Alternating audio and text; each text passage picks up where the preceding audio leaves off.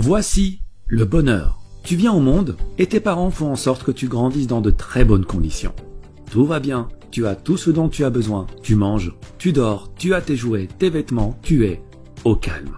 Et ça va durer longtemps. Après tout, c'est ça le bonheur, non? Tu es libre de faire ce que tu veux. Eh ben non, car tes parents, ils t'envoient à l'école. Ils sont contents, pas toi, mais tu t'y feras.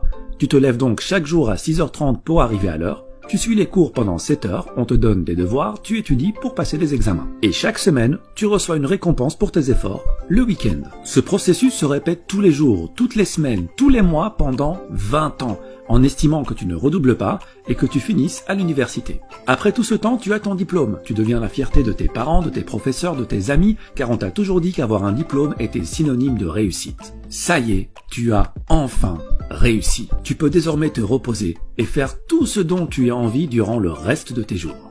Après tout, c'est ça le bonheur, non? Tu es libre de faire ce que tu veux. Eh ben non, pas vraiment. Maintenant, il faut trouver un travail. Ah bon, pourquoi? Ben pour gagner de l'argent. Pourquoi? Ben pour payer la maison que tu n'as pas encore, payer les factures que cette maison va te coûter et acheter la voiture de tes rêves, car après tout, c'est ce que fait une personne qui a réussi. Alors, attention, pas n'importe quel travail, hein. Ben non, t'imagines bien que t'as pas fait toutes ces années d'études pour rien. Il te faut un métier dont le prestige est à la hauteur de ton diplôme. Donc tu vas être ingénieur, avocat, médecin ou architecte, tu vas limite travailler à la fonction publique, mais alors en tant que commissaire. Bon, très bien. Tu trouves un job, tu te mets dans un bureau, on te donne ton horaire, les règles à respecter, on t'annonce ton salaire et tes avantages, on te remercie, te serre la main et c'est parti. Tu te lèves tous les jours à 6h30, tu bosses pendant 8 à 9 heures par jour, on te donne des responsabilités et tu y vas à fond car tu veux une augmentation. C'est facile, on t'a rodé à ça pendant 20 ans. Tu t'y habitues et à la fin de chaque mois, tu reçois une récompense pour tes efforts, un salaire. Salaire que tu utilises pour payer tes charges obligatoires, ta nourriture, ta voiture, les sorties qui t'aident à casser la routine que tu t'es créée et des vacances une fois par an. Et tu parviens même à mettre de côté, juste au cas où. Ah, après tout, c'est ça le bonheur, non? Tu es libre de faire ce que tu veux, une fois par an. Ah non, faut que tu te maries maintenant. Ben, pourquoi? Ben pour ne pas rester seul, enfin. Et puis t'as de l'argent de côté, maintenant tu peux fonder une famille. Il faut bien que tu aies des enfants. Des enfants? Pourquoi? Car c'est un bonheur d'avoir des enfants pour être fier d'eux. Regarde ce qu'est devenu l'enfant que tu étais et on est fier de toi. Et c'est ça le cycle de la vie. Bon, très bien. Tu trouves un ou une partenaire, tu te maries, tu fais des enfants. Mais attention, t'es pas en pause carrière. T'avais déjà 8 heures de ton temps quotidien passé au travail. Rajoute 3 à 4 heures par jour pour t'occuper des enfants et trouver des activités. Mais comme après une longue journée de travail, t'as qu'une envie, c'est de te reposer, tu compteras sur le week-end, qui à la base était une récompense, mais qui va devenir la condensation de tout le temps que tu n'as pas pu passer en famille. Ce processus se répète tous les jours, toutes les semaines, tous les mois, pendant 40 ans. Tu as 65 ans, tu es pensionné, tu t'es enfin débarrassé de ton travail. Tes enfants ont grandi, ont fait leur vie. Ta femme est toujours à tes côtés, et vous vivez l'un près de l'autre en profitant du temps qui, contrairement à vous, est éternel. Mais le stress de toute une vie t'a consumé de l'intérieur. Trop d'acharnement, trop d'inquiétude, trop d'anxiété, trop de j'ai pas le temps, trop de j'ai pas le choix. Trop tard. Trop tard. Après tout, c'est ça le bonheur, non? Tu es libre de faire ce que tu veux maintenant. Oui. Maintenant, oui. Tu vois, cette vie-là, c'est un peu comme l'âne et la carotte. L'âne avance pour manger la carotte. Mais lorsqu'il avance, la carotte avance aussi, ce qui le fait avancer davantage, repoussant toujours plus loin l'objectif de son bonheur. Ce stratagème est orchestré par celui qui le monte et dans son unique intérêt, avec, au bout tout de même, une petite récompense pour l'âne afin qu'il ne se décourage pas. Une petite analogie est nécessaire pour comprendre plus en profondeur. Dans cette situation, qu'est-ce qui fait avancer l'âne? Premièrement, le besoin. Mais pas n'importe quel besoin, le besoin créé par la personne qui le monte. Un âne, ça mange de l'herbe, ça mange du foin. Une carotte, c'est une sucrerie pour lui. Ce n'est pas un besoin vital, mais un caprice. Dans la vie de l'homme en société, ce qui le fait avancer est aussi le besoin. Le besoin de consommation dont la nécessité n'est pas vitale, mais a été induite par l'éducation, la publicité, les médias. Deuxièmement, l'insatisfaction. Si tu donnes une carotte à l'âne à chaque fois qu'il parcourt 10 mètres, tu peux me croire, au bout d'un moment, il en aura assez de cette carotte et il arrêtera d'avancer. Chez l'homme en société, c'est pareil. Il faut le maintenir dans une zone d'insatisfaction assez élevée pour que son besoin ne soit pas totalement comblé, mais assez basse pour qu'il soit prêt à refournir les efforts nécessaires afin d'assouvir ce besoin. Concrètement, si ton patron te donne 10 000 € par mois, tu seras totalement satisfait et ce n'est pas dans son intérêt puisqu'avec cet argent et un minimum d'intelligence financière, tu investiras dans l'immobilier pour dégager des revenus automatiques et plus besoin de patron. Il est perdant, tu es gagnant, ce n'est pas dans son intérêt donc il doit te payer beaucoup moins. Et s'il te donne que 800 € par mois, il se doutera bien que tu iras chez la concurrence, ce qui n'est pas dans son intérêt non plus. Donc il va s'aligner pour te donner juste de quoi subvenir à tes besoins. Et voilà, la roue tourne. On t'a promis un avenir brillant et tu te retrouves à hypothéquer ton réel bonheur pour consommer davantage. C'est comme si on t'avait volé ta vie avant même qu'elle ne commence. 80% des gens sont coincés dans ce cercle.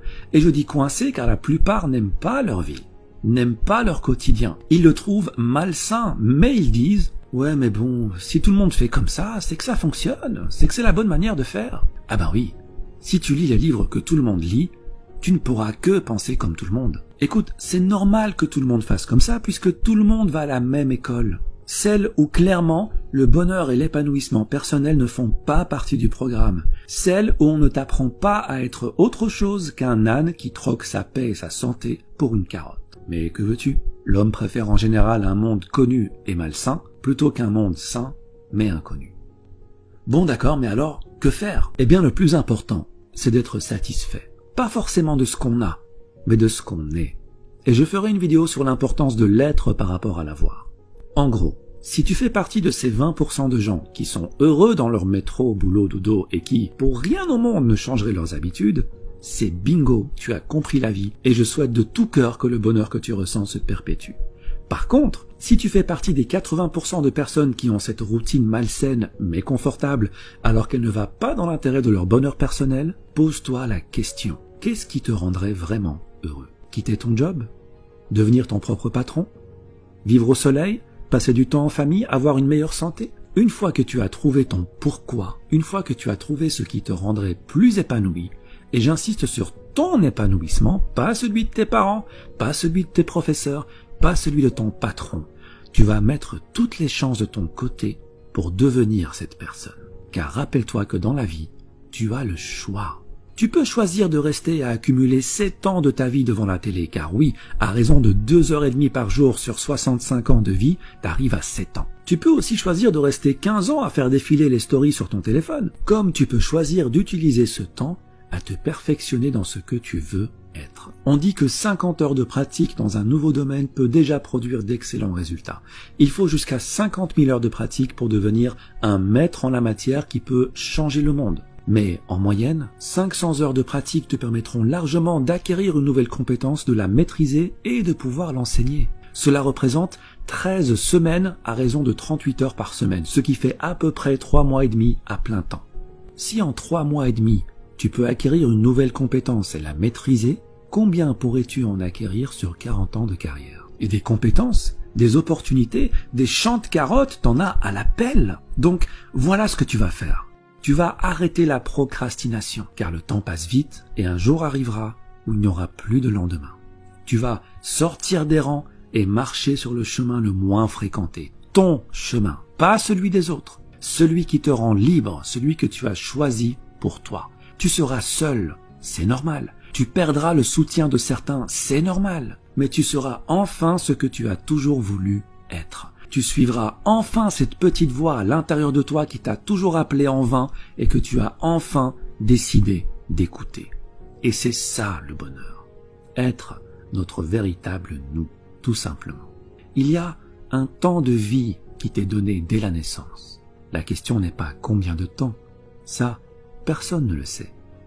La question est comment tu utilises ce temps. C'est ça qui va déterminer ton bonheur. Repère ce que tu veux devenir, crois en ce que tu veux devenir et agis pour le devenir. Il ne faut pas oublier que bien que le temps soit immortel, toi, tu ne l'es pas. Alors utilise-le sagement et marche sur le chemin qui te convient le mieux. Merci et à bientôt.